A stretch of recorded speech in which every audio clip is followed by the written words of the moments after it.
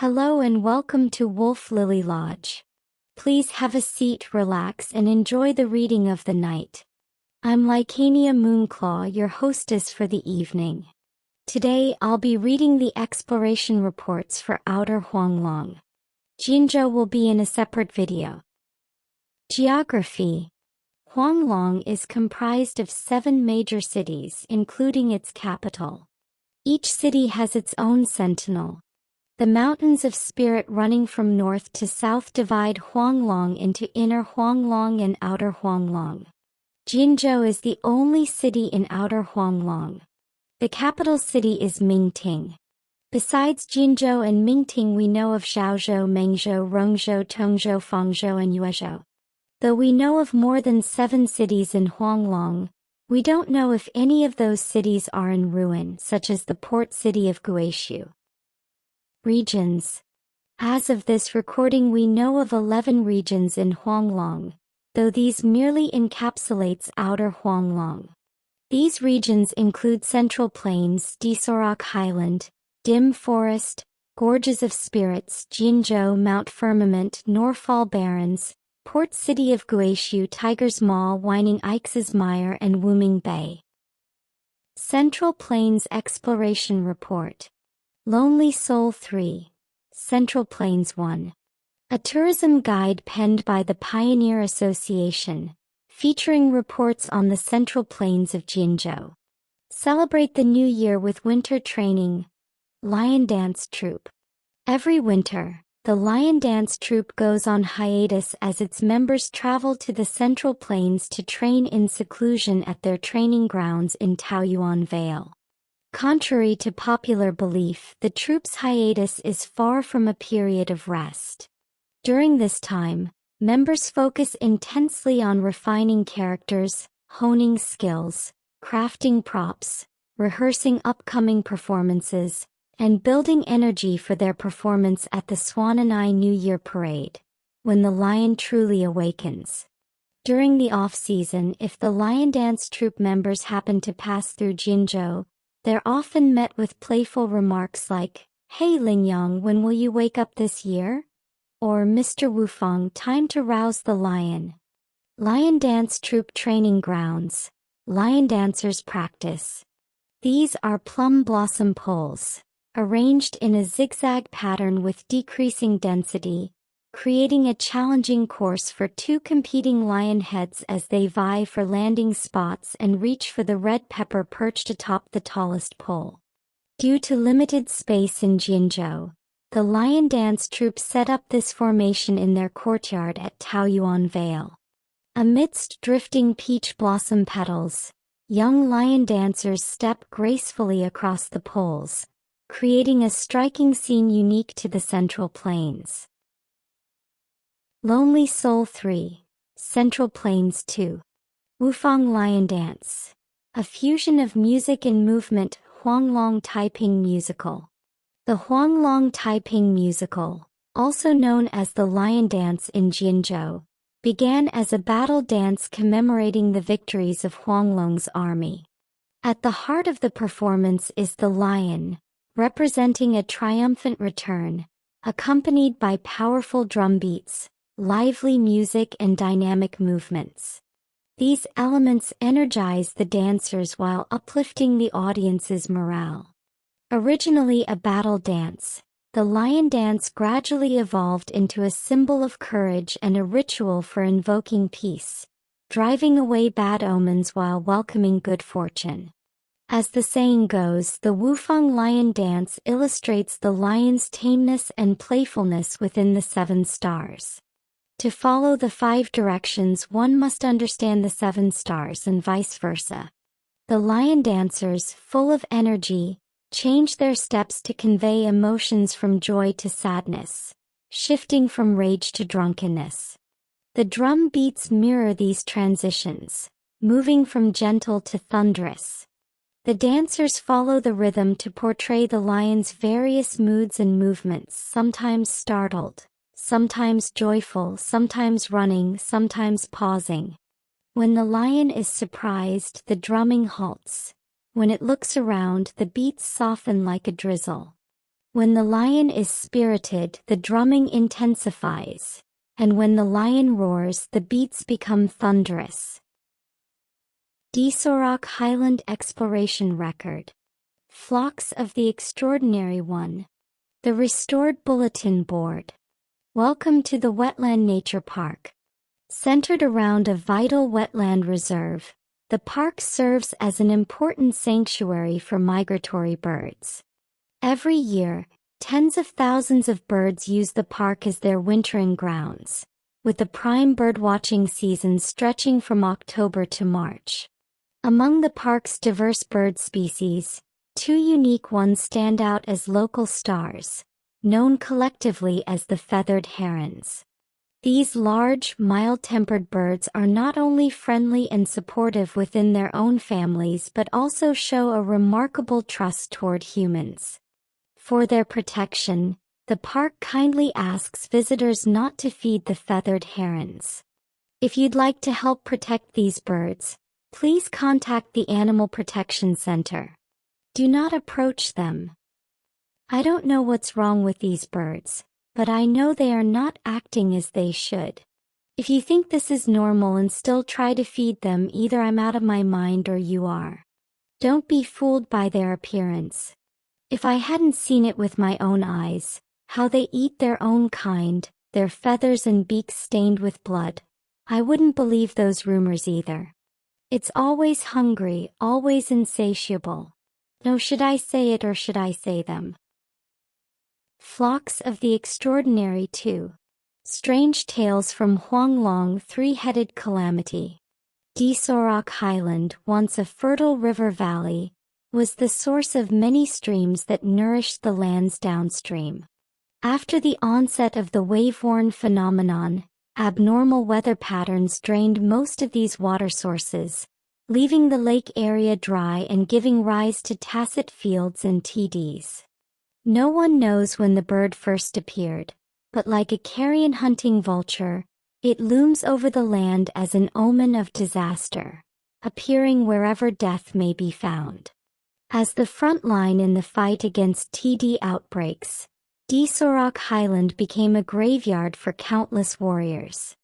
The bird of calamity lingered so long that it even built its nest on the Olecranon cliff by the lake, waiting for death to claim those nearby. Some believe its departure from the highlands signals the end of the endless battles in Jinzhou, but fear remains, for no one knows where its next nest will be built. Dim Forest Exploration Report. A behavioral report on the Huchiefs in Dim Forest 1. We have conducted extensive research on Huchief behaviors, compiled in this book. Below are excerpts from our observations so that our readers can compare behavioral changes in Huchiefs before and after exposure to toxic spores, as well as before and after improvements in the biological environment of the dim forest. Huchiefs not exposed to toxic spores. Huchiefs are a patriarchal, pack-oriented species with a strong territorial instinct. The core members of the pack lead them to collaborate in teams to repel any intruders from their domain. Uninfected Huchiefs can communicate with each other and use simple tools made of stones and sticks. A behavioral report on the Huchiefs in Dim Forest 2. Huchiefs exposed to toxic spores. Infected Huchiefs develop gray eyes and exhibit anxious, erratic behaviors as the toxic spores infiltrate their bodies, resulting in frequent coughing and vomiting. They may also compulsively scratch and tear at their own backs. In the final stage of infection, each violent cough releases a mist of spores, making them highly contagious sources of infection. Infected Huchiefs attack any nearby creatures indiscriminately. Huchiefs after environmental improvements in the dim forest. Following improvements to the dim forest's biological environment, new cases of Huchief infections from toxic spores have dropped significantly. Thanks to the intervention of antibodies developed by the Dim Forest Exploration Team, infections among Huchiefs have gradually disappeared, ultimately dispelling the darkness that once shrouded the dim forest. Gorges of Spirits Exploration Report. Golden Scales of Outer Huanglong 1. A storyteller's script based on historical events, recounting the history of the Jinzhou region in Huanglong. Golden Scales of Outer Huanglong 2. Jinzhou, the fortress city that guards the border of Huanglong, also stands as Huanglong's first border of entry for those arriving from overseas. The Mountains of Spirits stretch from north to south, splitting Huanglong into two regions. Inner Huanglong, home to 6 cities, and Outer Huanglong, where Jinzhou stands vigilant. These mountains form a natural barrier, with the gorges acting as the only gateway into Inner Huanglong, protected day and night by Jinzhou's midnight rangers. The establishment of the first fortress in Outer Huanglong began with the emergence of the Norfall Barrens Tacit Field, where TD outbreaks began to ravage the region. After enduring months of grueling combat, the army could no longer withstand the onslaught of the TD outbreaks and was forced to retreat to the Gorges of Spirits, making their final stand. The warriors held their ground for days, fiercely battling as the defense lines were breached and reclaimed many times. During this time, the wave-worn phenomenon across Huanglong appeared to be in an active phase, and it seemed as though the TDs were being led by a mysterious leader, aiming to converge in Inner Huanglong. At the critical moment, reinforcements from the 6 cities were dispatched to the Gorges of Spirits, where the border warriors were still fighting with unwavering resolve. As the battle reached its peak, the appearance of the Crownless shattered the stalemate. Wherever the Crownless manifested, darkness enveloped the sky, and an oppressive atmosphere took hold, suffocating the warriors. Still, they held the line, willing to sacrifice themselves to buy time to destroy the entrance to the Gorges of Spirits and halt the TD outbreak. They did so knowing it would trap most of them in Outer Huanglong with the TDs forever. In that moment of life and death, a mighty Long's roar emerged from the depths of the Gorges of Spirits, reverberating like thunder across the land. The roar burst forth from the gorge, forcing back the TD army poised to flood in. In the blank of an eye, a Long soared through the sky, scattering the dark clouds and bringing sunlight back to the land. Then an otherworldly figure with golden eyes appeared, standing between the TDs and the warriors, confronting the Crownless in a fierce standoff. As the poem goes, armors gleam golden with long scales in the sun. As reinforcements from the 6 cities arrived, the united forces drove the TD outbreaks and the Crownless back to the northern reaches of the Central Plains. After this battle, Outer Huanglong was reborn from the ashes. The emergence of both the Threnodian and the Holy Creature signaled the need for a new city to rise and serve as Huanglong's border stronghold. Drawing inspiration from the Jin sound in Guanjin, meaning the pass, and the form of Jin from the character symbolizing the roar of a Long, this city was named Jinzhou. Mount Firmament Exploration Report. Lonely Soul 3. Hongshan Hot Springs Special Edition 1. A tourism guide penned by the Pioneer Association, featuring reports on the Hongshan Hot Spring in Mount Firmament. Tranquility's healing touch. Spring's Taste. Spring's Taste is a centuries-old hot spring nestled in Hongshan, set against the foothills beside a natural hot spring and known for its distinctive architectural style. After the slowed time flow on MT Firmament was lifted, the inn has finally opened to outside visitors. Here, snowflakes drift down as steam rises into the warm glow of lantern light, creating a serene atmosphere for guests soaking in the hot spring, with views of the undulating, snow-laden mountains in Mount Firmament. This experience promises to dissolve all fatigue and stress. Many visitors leave Hongjian with a lingering sense of awe and wonder, as though they've glimpsed a celestial realm making. Spring's Taste is the top hot spring destination in all of Huanglong. Hot Spring Egg Challenge, perfect coddled egg. As the oldest hot spring inn on Solaris 3, Spring's Taste offers food and lodging that reflect the authentic essence of Mount Firmament, earning unanimous praise from its guests.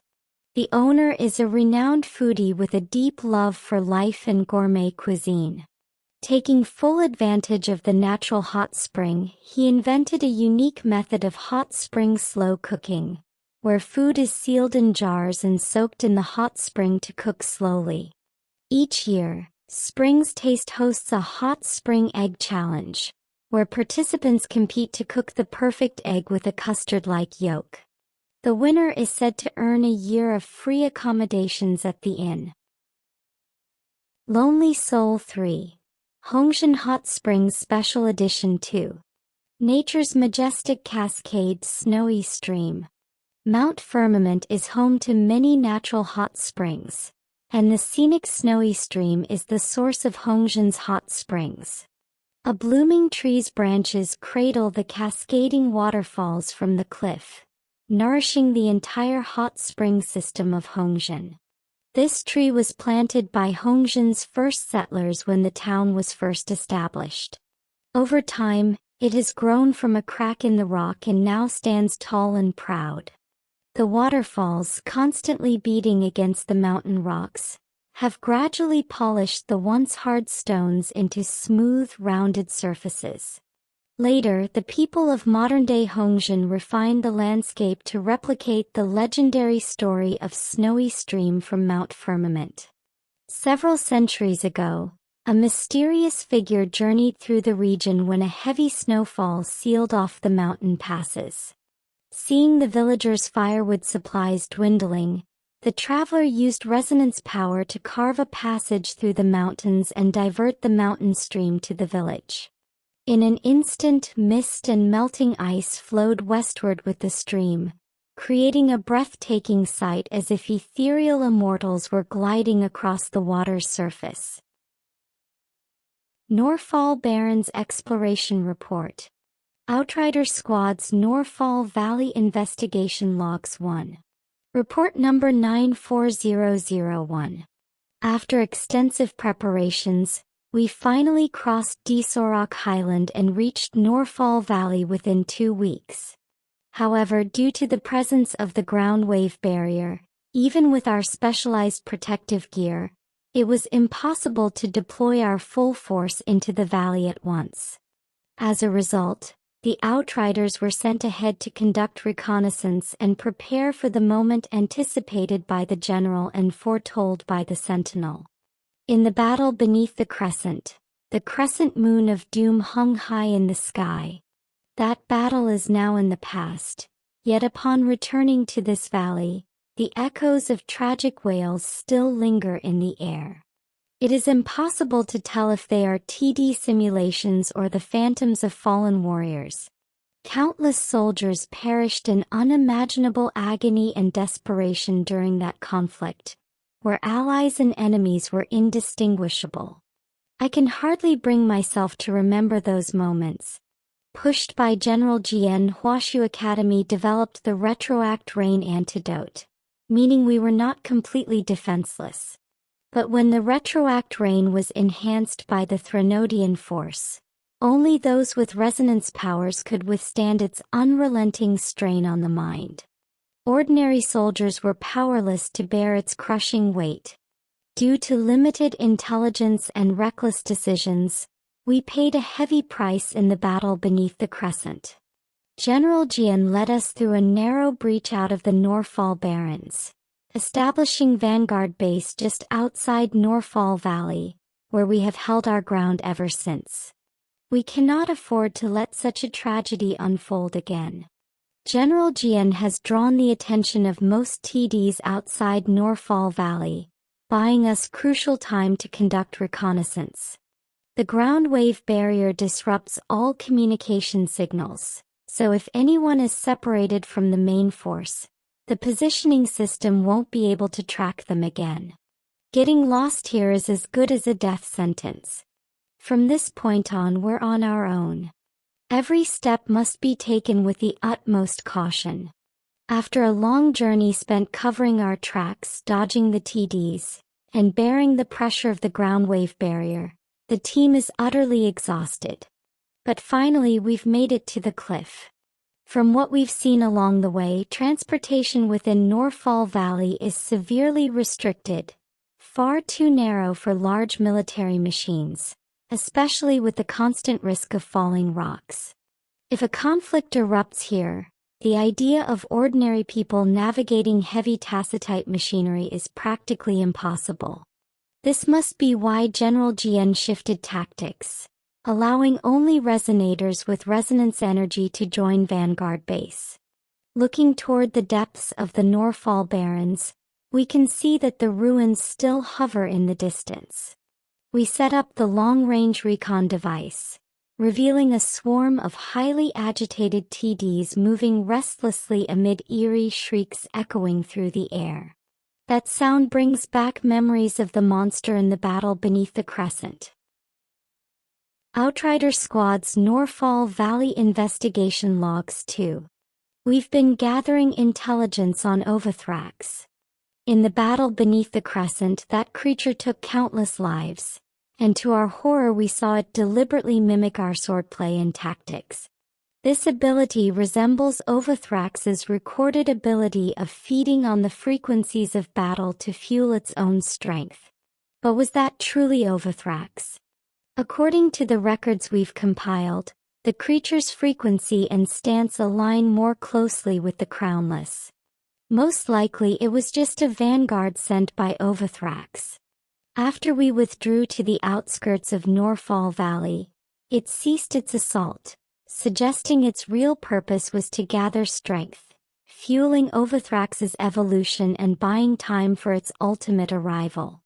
The battle beneath the crescent may well have served as its feast. After conducting reconnaissance on the suspended ruins, the team observed a faint purple light blinking in a distinct pattern. Has anyone else noticed this anomaly before? Could the ground wave barrier have obscured its presence? Is it some sort of distress signal?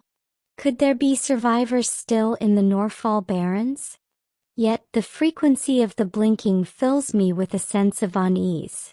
After discussing our options, the team decided to press forward and descend the Norfall cliff in an attempt to get closer to the suspended ruins.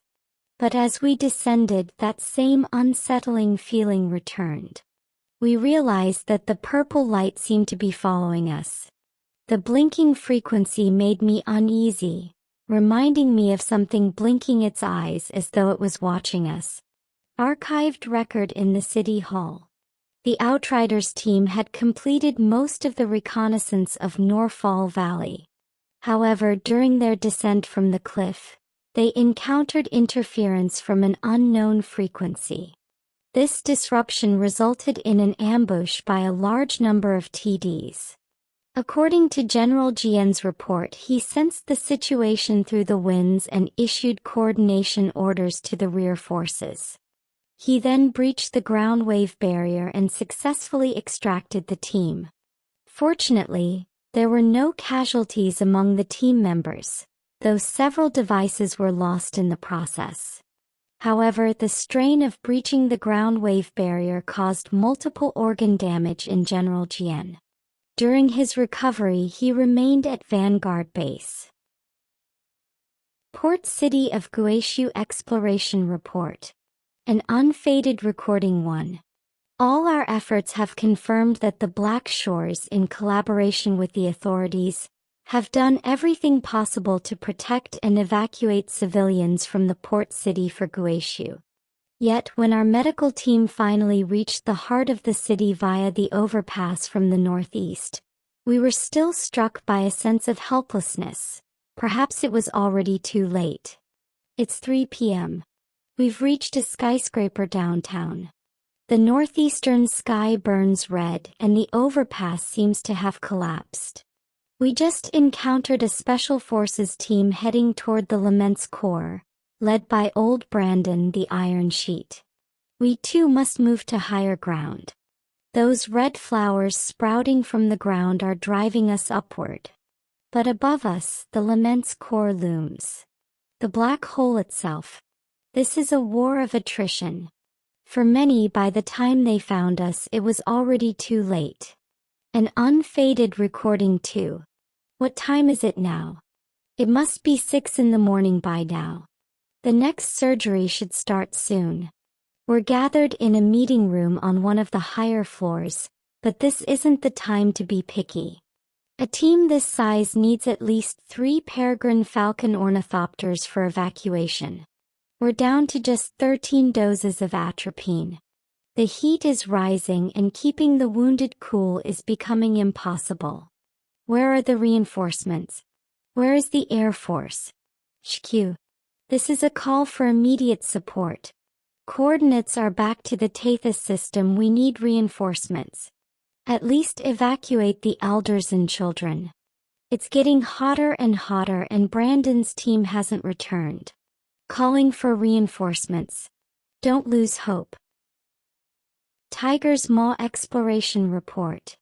Survey Report on the Lampilamen Veins 1. Report on Lampilamen. The Tiger's Maw mine primarily produces lampilamen along with other ore deposits, as well as a minor quantity of tacitite ores. Following years of joint research by Huashu Academy and the Ministry of Development, a unanimous conclusion has been reached regarding the formation of the Tiger's Maw. They found that tectonic shifts caused by the wave-worn phenomenon altered the plate tectonics in Jinzhou, uplifting ore deposits formed tens of millions of years ago to the upper crust and introducing lampilamen into the domain of human knowledge. The initial survey of the lampilamen veins has led to the following conclusions. Form. Lampilamen typically has a cubic structure, often found as singular cubes or stacked formations, and its rectangular shape allows for easy extraction. It melts at high temperatures, making it easy to shape. Properties.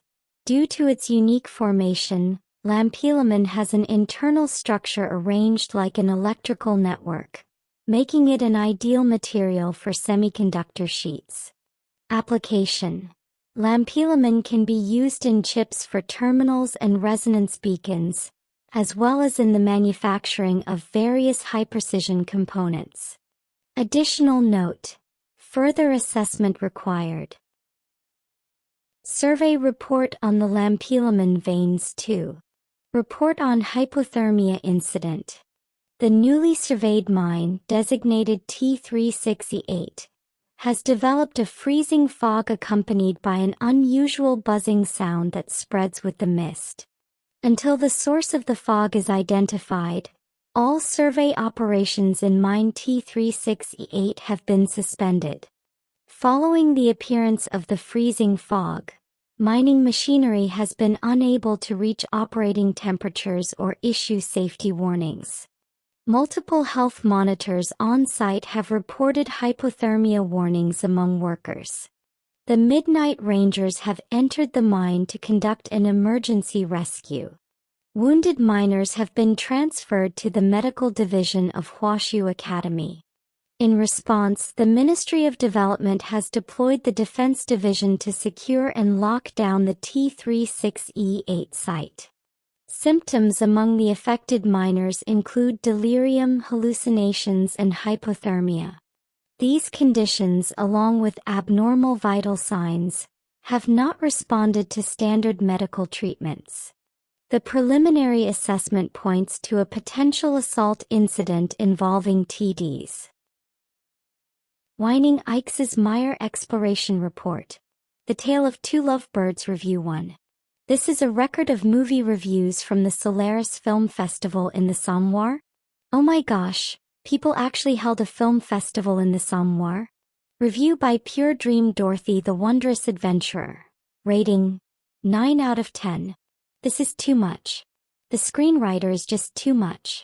I can't accept this ending. Why?